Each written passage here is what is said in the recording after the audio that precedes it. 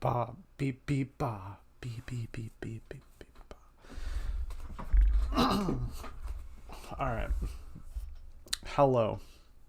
I'm drunk. I'm Scarlett. Pronouns she her. I'm an eco-communist. I love Lacanian and Zizekian philosophy and psychoanalysis. Today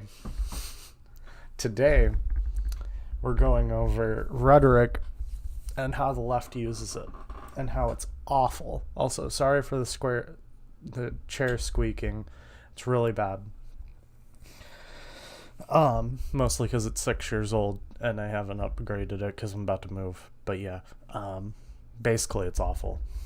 Anyway, so leftist rhetoric and how we actually present ourselves and how we actually go about fucking communicating with other people online, how we go about presenting ourselves in debate, how we go about learning and expressing the things we've learned to people in our communities, and how I feel the left is failing right now and how I think we should move forward. Right? So all of those things are going to be talked about in the next hour. I think we should start out with online because online's the best place to start. More wine. Anyway, so best place to start. Online rhetoric, right? Do I want to do streamers or do I want to do Twitter convos first? Let's do streamers, right?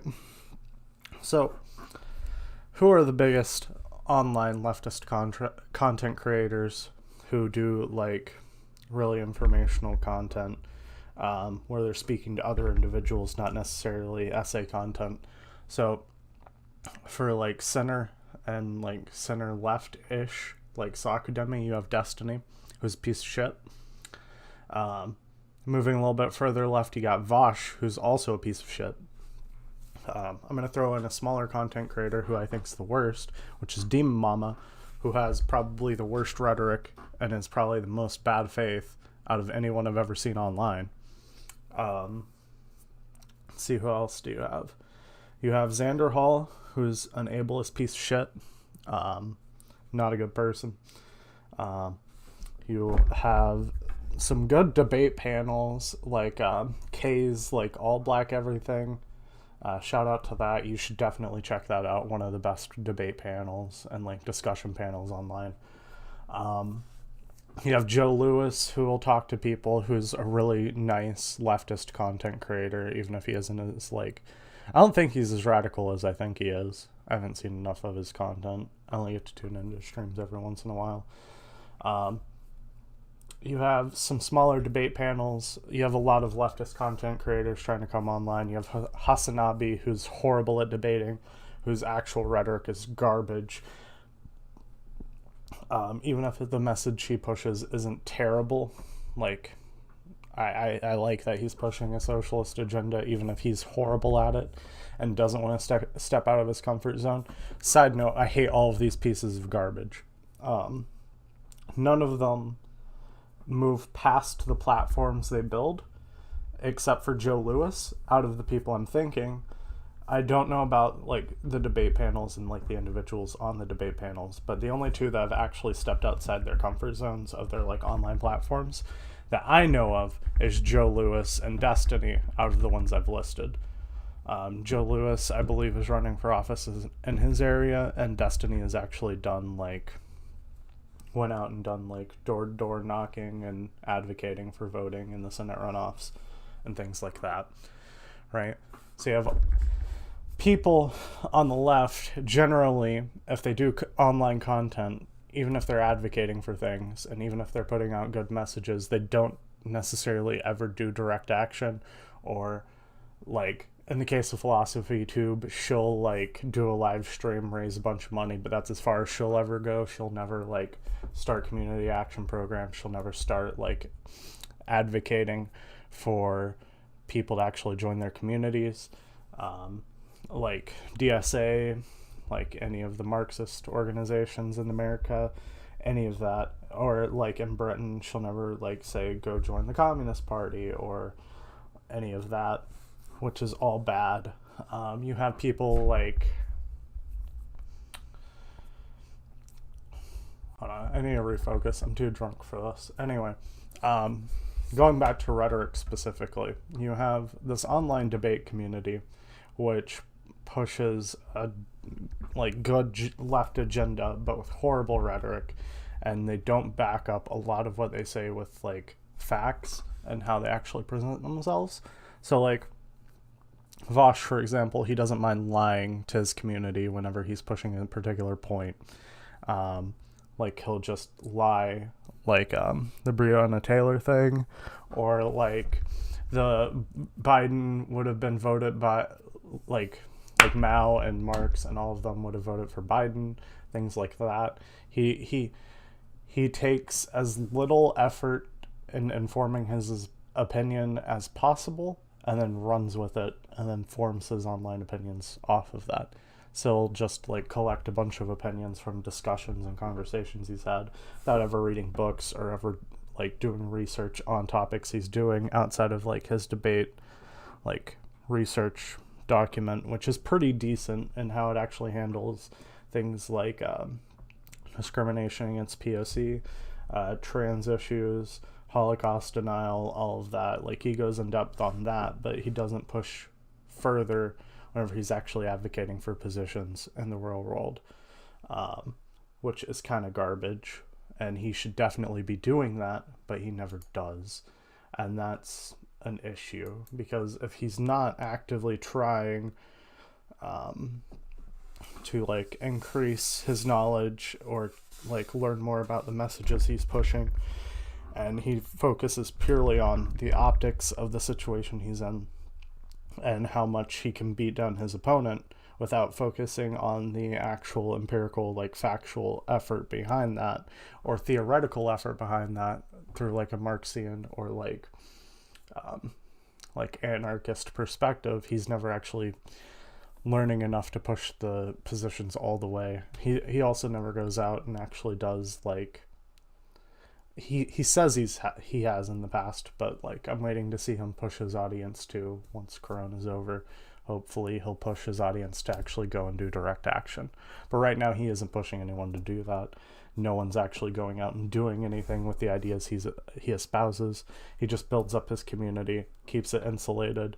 He'll have debates with people, try to push them further left, but the rhetoric he uses is incredibly inflammatory and not conducive to people actually changing. So just like he'll get callers who are like rednecks who have probably never been in a debate in their lives, and he does a good job at like crushing them, but I feel like he could do a lot better with actually trying to inform their opinions and how they actually go about like learning about the world, or like how he could educate them in the conversations he's a part of instead of just doing the things he's doing, which is like nothing.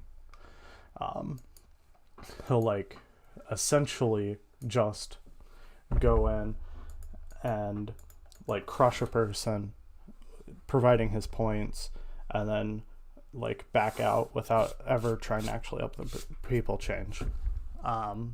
Side note, I'm very big on rehabilitation. My politics personally focus heavily on like conversations with individuals in my community. I have a lot of conversations with people like around my general like local area. I work here, so I have a lot of conversations with people from the community. I talk to my coworkers like all the time.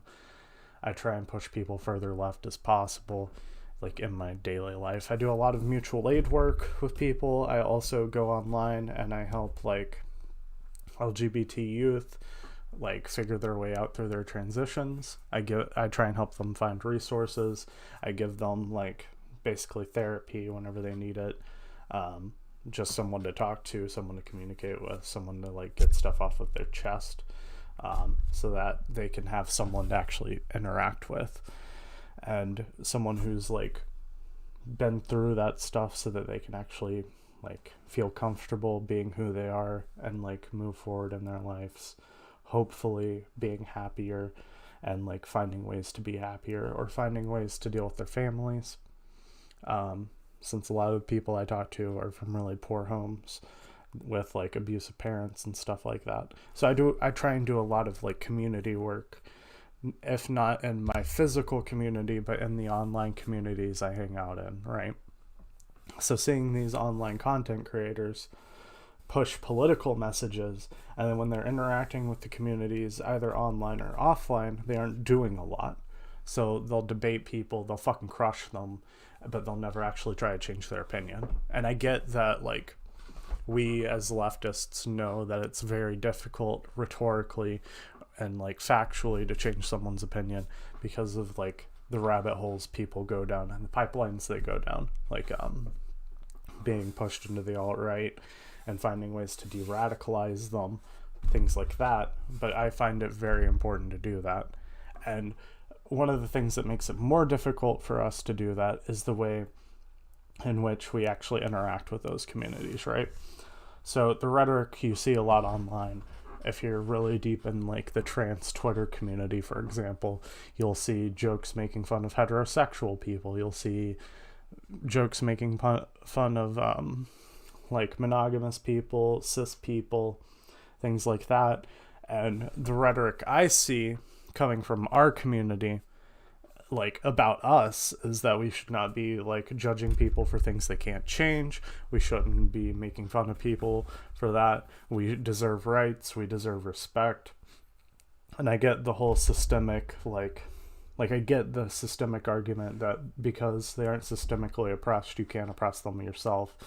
And it's okay to take back power through making those jokes because it can let you like deal with the oppression you have and have received from the people oppressing you.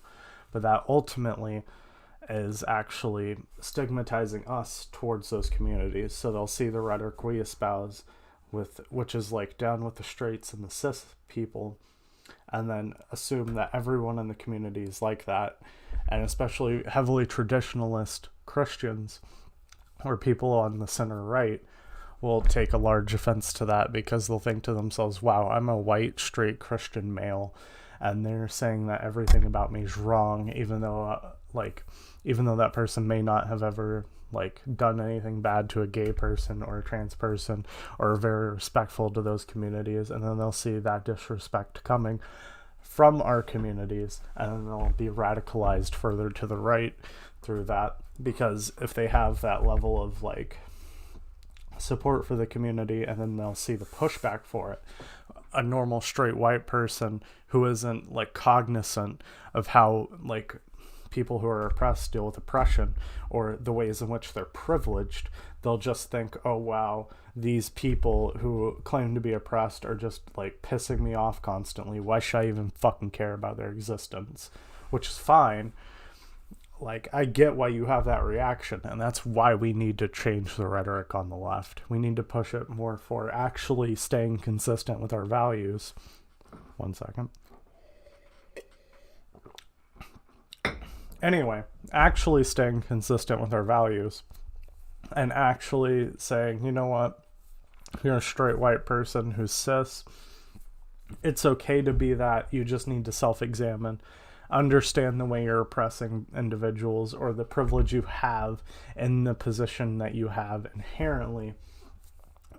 And you need to work for like actually educating other people and getting the people who are held down rights, things like that.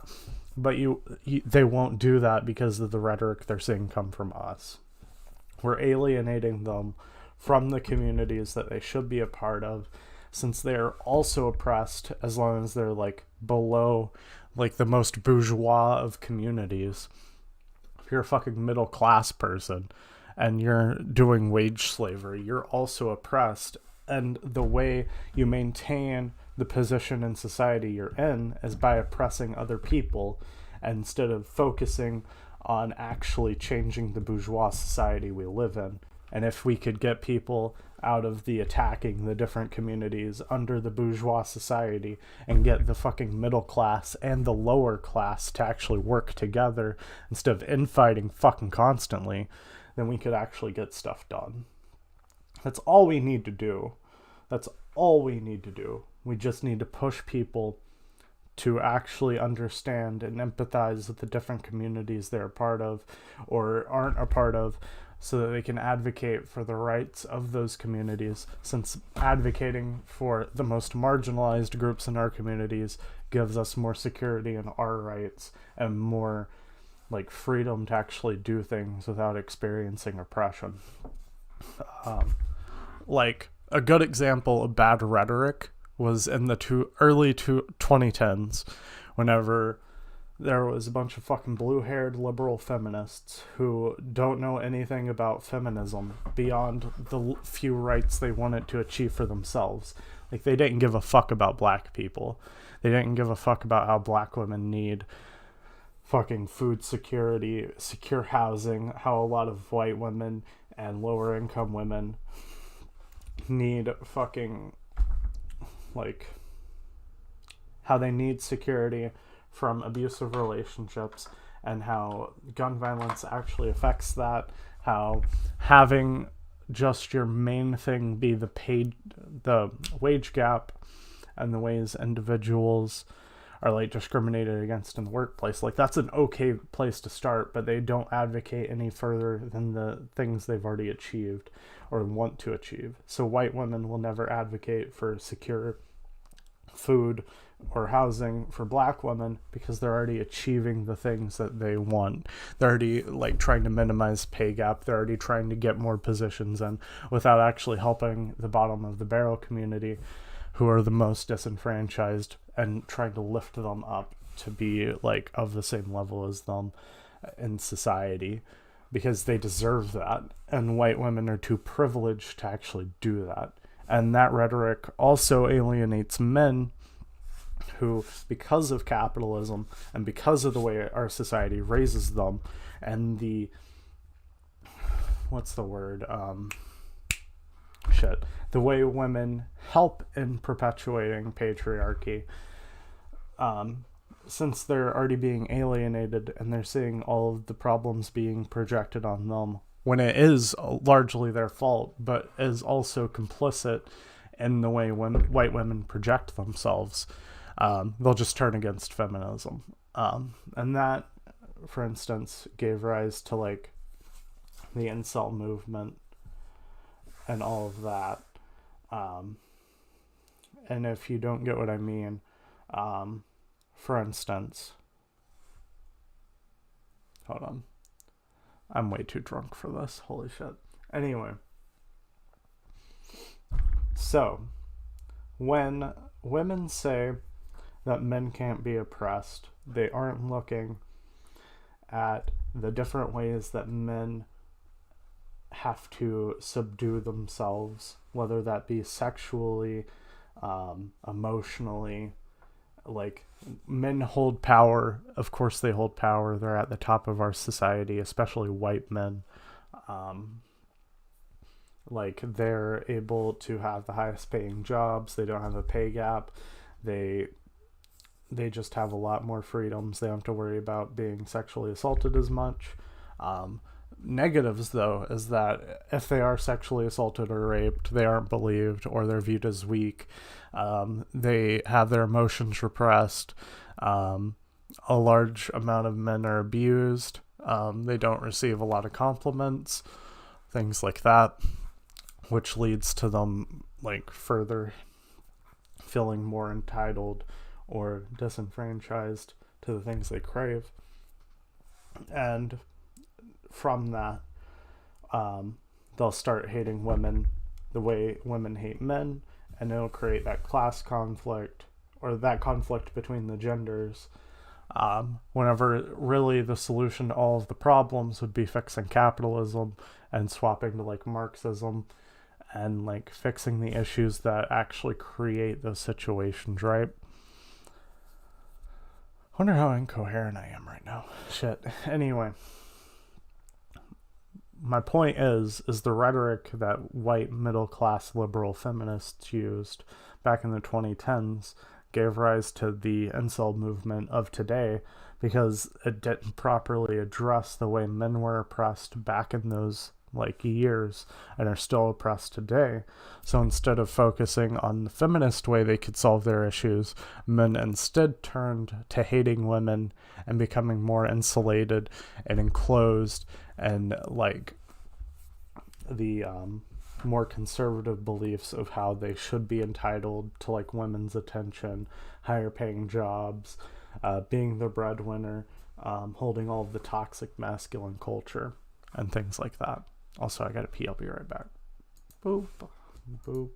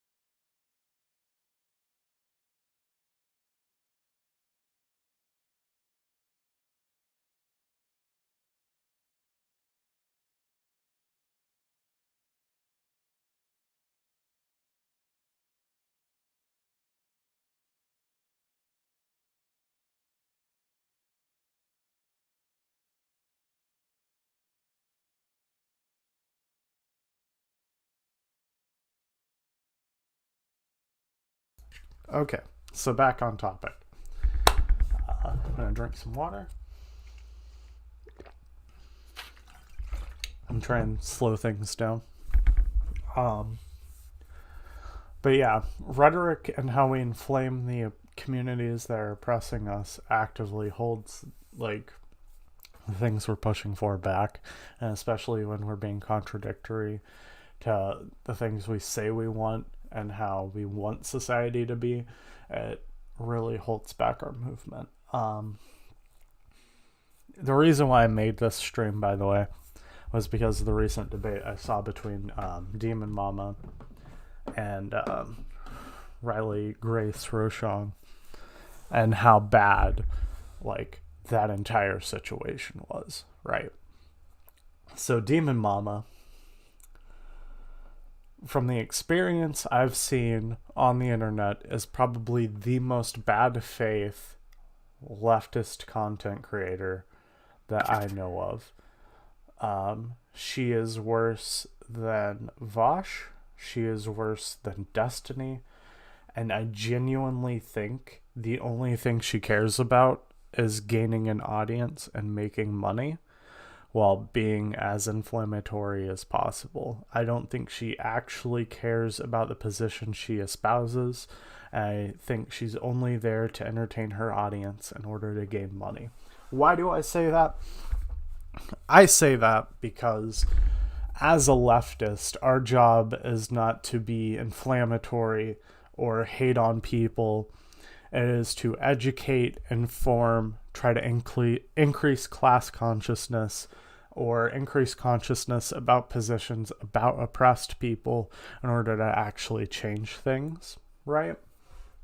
So whenever she personally attacks Riley and personally goats her on in order to get reactions out of her, in order to seem like she's winning a debate, it's actively holding back our communities because they aren't having a genuine discussion as two leftists. They're having a discussion between a leftist and a person there only for pure form of entertainment. They aren't there trying to advocate for genuine rights for people. They're there to hate on another content creator, destroy them, make it seem like they're completely correct. In this case, Demon Mama, her holding the pure position, her coming off rhetorically strong and superior to Riley, even though in any other case, Riley's position wouldn't be that bad, right? So the things Demon Mama pushes for is Riley to come off as like the one true trans woman, like Blair White style, that she's overly emotional, that she's angry.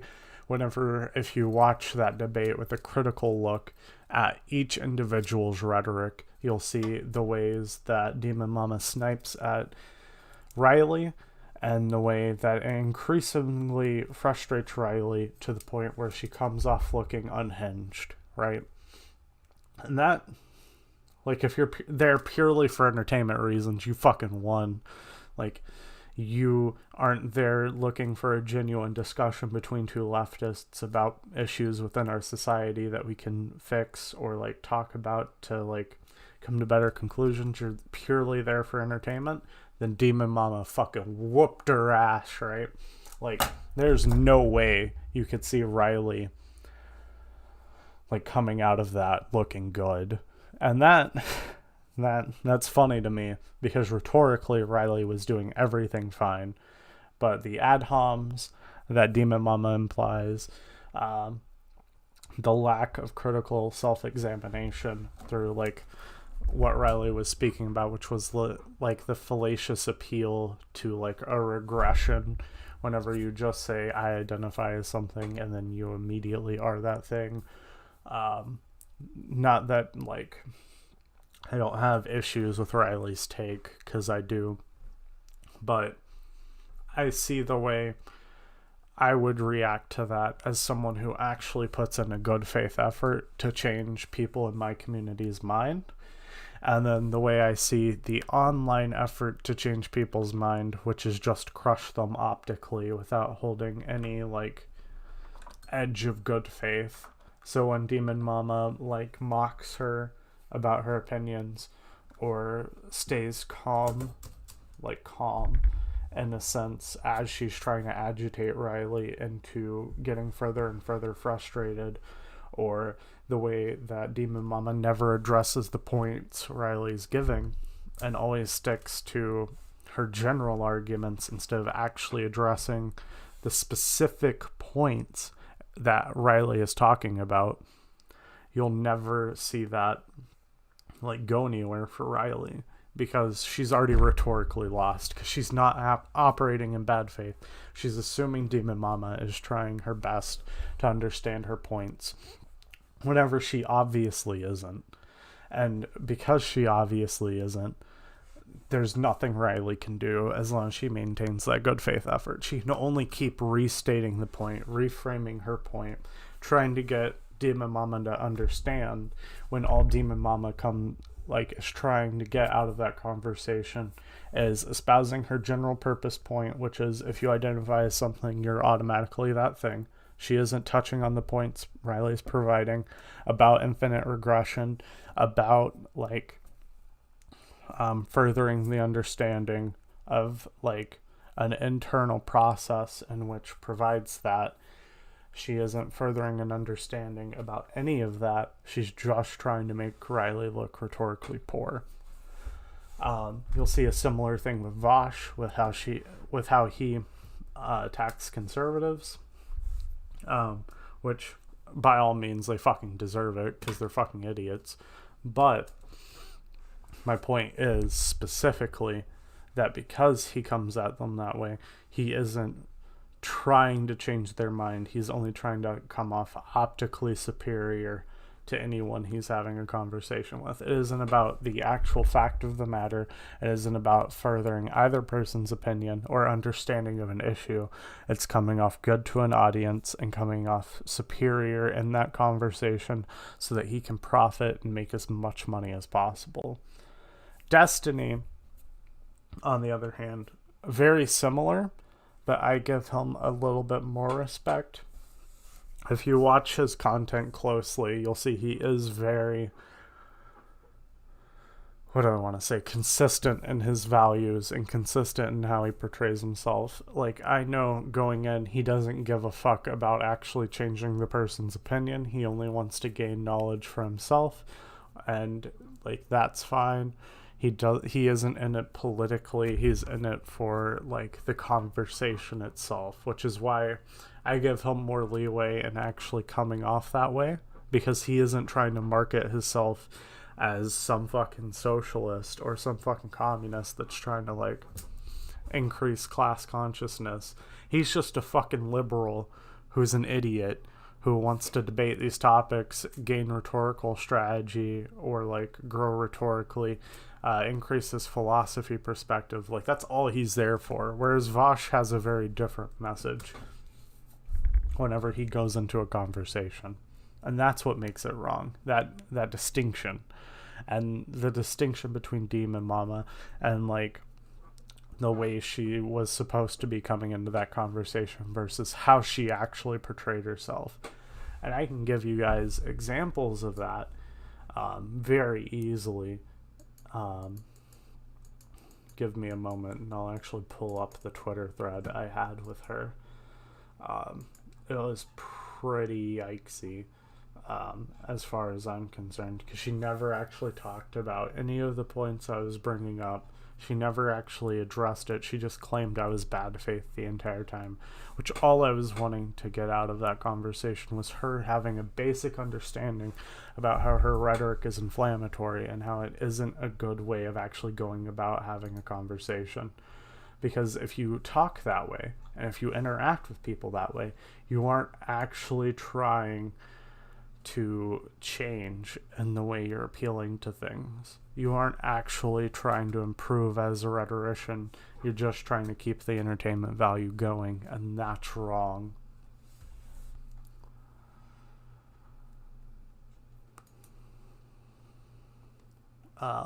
Give me 1 second.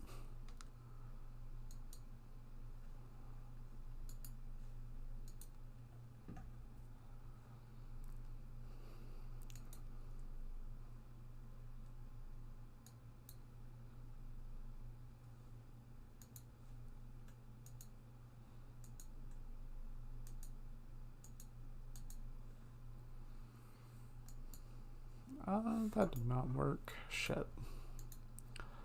I apologize. I'm still pretty new at the whole streaming thing. It's kind of saddening. Give me uno momento. Window capture. Alright. So whenever you come over here and look at this, I start out by saying every debate I've ever seen you in was a clusterfuck of bad faith. I think you should improve your rhetoric to not be toxic as fuck, which is inflammatory and does come off as bad faith, but I further it by listing actual examples of like her rhetoric being bad. I use the Scrub King debate because I feel like it is the greatest example of someone trying to be good faith to someone else that's also like being bad faith. So I say, an example, after explaining her position and listening to Scrub King's response, she completely dodges his take about how lonely men are exploited, but you should be able to be helping both groups and go off on a tangent about addressing her own parasociality, right? Like that's a thing that definitely happened. And I can show that to you.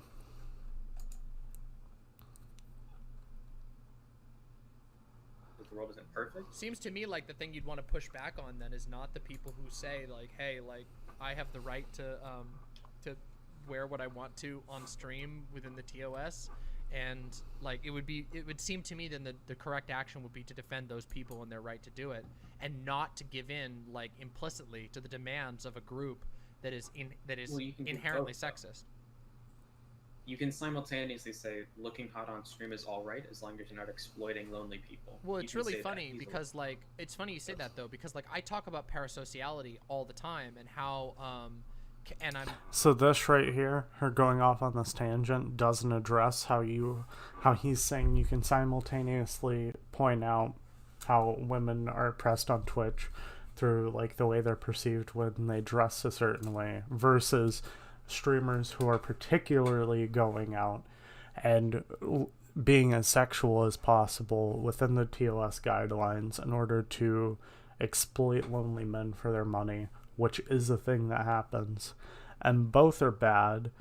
Like, the fact that women can't talk about the oppression they see whenever they deserve to be able to dress how they want on the platform, as long as they're doing it in a way that isn't exploiting their audience in an unhealthy way.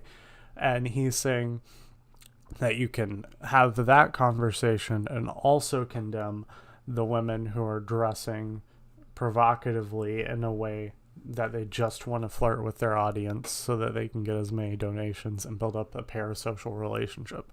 Her saying this, her going off on a tangent about how she talks about it to her own community, the parasociality she builds for herself, has nothing to do with the other women on the platform, and is just completely dodging his point. And she'll continue this the entire discussion until she tries to label him as an incel. Here I talk about how she does this all the time. She'll listen to a point and do one of two things: either go off on an offshoot of that topic without addressing the point, or form a personal attack towards a person in the debate. She'll never actively address the specific point, which is true because she never does. She never did that with Riley. She never did that with the Scrub King. She does it again when she keeps conflating his points, even though he's been extremely precise in how he presents his arguments. This dodging of his points just to generalize again in her argument without addressing his specific point is fucked. Saying is that patriarchy, which is, the rule of men being the predominant members of society, seen as the most important, the ones who need to be attention to, need to be given more attention. You are conflating a lot I'm not of things. conflating When it. I This say is very simple. attention from women in their lives, I do not mean any random man is entitled to the attention of any random woman. What I mean is men do not get enough positive attention, or as I would put it, compliments. From They women? do not get those from the women in their lives. Key phrase here is in their lives, meaning the friends that they already have, or their girlfriends, or their mothers, or their sisters, or whoever the fuck. It sounds to me like the problem is that the stakes at the table are women. If they don't give a compliment to a man, then at worst that man doesn't get a compliment. But if they do, it could be it's quite likely, it's a very reasonable thing for a woman to assume that if she, you literally said it yourself here, that you thought that saying somebody looks cute is flirty. Because to the average man it is. That's how starved for attention most men are. Do you not see where this problem is, though? So she sidesteps the entire problem. She doesn't understand that generating affection for men and withholding that from them as a society actively creates the environment in which they would do the predatory behavior, right? So whenever I have children, as a mother, if I don't frame, hold on one second, I'm gonna swap, there we go. If I don't frame compliments to my son, and he never experiences affection and he craves it greatly, right? I, as a person, have failed him. He is most likely going to become more predatory. He's probably not going to know how to address women properly. He's not going to be respectful. If I don't teach him, A, how to respect women and how to address them properly, how to talk to them respectfully, how to engage in a friendly way, and how to reciprocate feelings of friendliness, of a relationship style if they want that, it will lead to a degradation of his mental health, since he doesn't experience a lot of affection. He's emotionally repressed because of the way toxic masculinity affects the society. And because of those two things, he's more likely to prey on a woman because he's been denied those things, and not just because that woman gave him a compliment. It is a societal issue that is stemming from both groups, but she tries to conflate it into one group. Whenever mothers raising their children have probably the biggest effect in anyone's life in actually changing how people think, right? So you can have the most positive effect fighting racism right if you don't teach your child to be fucking racist. If you grow up and you experience racism constantly or racist rhetoric and you start to internalize that and you start to believe that is true, you're gonna do racist shit. But if your parents actively talk to you and they're like, you know, saying the N-word's bad, saying all of these slurs about POC, bad, then the kid's gonna grow up with a knowledge and understanding that those things aren't correct to do, and they won't do them. Where she conflates it into just an entire class of people being bad because they're just that group, instead of understanding the multivariable factors that lead into someone being like that. Men are oppressed in different ways than women, and not to the same degree, but the way they experience their oppression is still real and still needs to be addressed. And not doing that is perpetuating the systems that maintain our oppression. Because we aren't oppressing how men become incels. We aren't teaching men to be good people. We're saying, you're fucking disposable. You need to repress your feelings. Your sexuality is fucking wrong. You don't get to experience or explore that. You don't get affection. You don't get anything. But you get to work hard, and if you work hard you get these benefits in society without actually teaching them any ethical or respectful ways of maintaining themselves in that society. And that's what she's failing to understand, and I don't think she's genuinely handling the questions in a way that's like good to understand those. I don't think she's approaching the questions in a way that tries to take in all of the variables that Scrub King is trying to talk about. She's just saying men do bad things, therefore it shouldn't matter. Instead of thinking to herself, you know, men do bad things, what's the reasons why they do those bad things, and how can we help them recover? She isn't trying to rehabilitate them, she's just trying to maintain her perspective on that issue. Moving on, when he restates his argument, he has stated the same argument he used a few other times prior. She just doesn't want to address the points because she keeps going back to the general purpose argument without trying to delve into specific ways that those things are affected. And then that's the first way she does things, where she generalizes around points. And here's the second way she does things, which is going into like ad hominem or mocking or things like that. Like what? Just out of curiosity. I mean, there's the big meme of like. Damn, you can't even think of it. You can't. Come on, dude.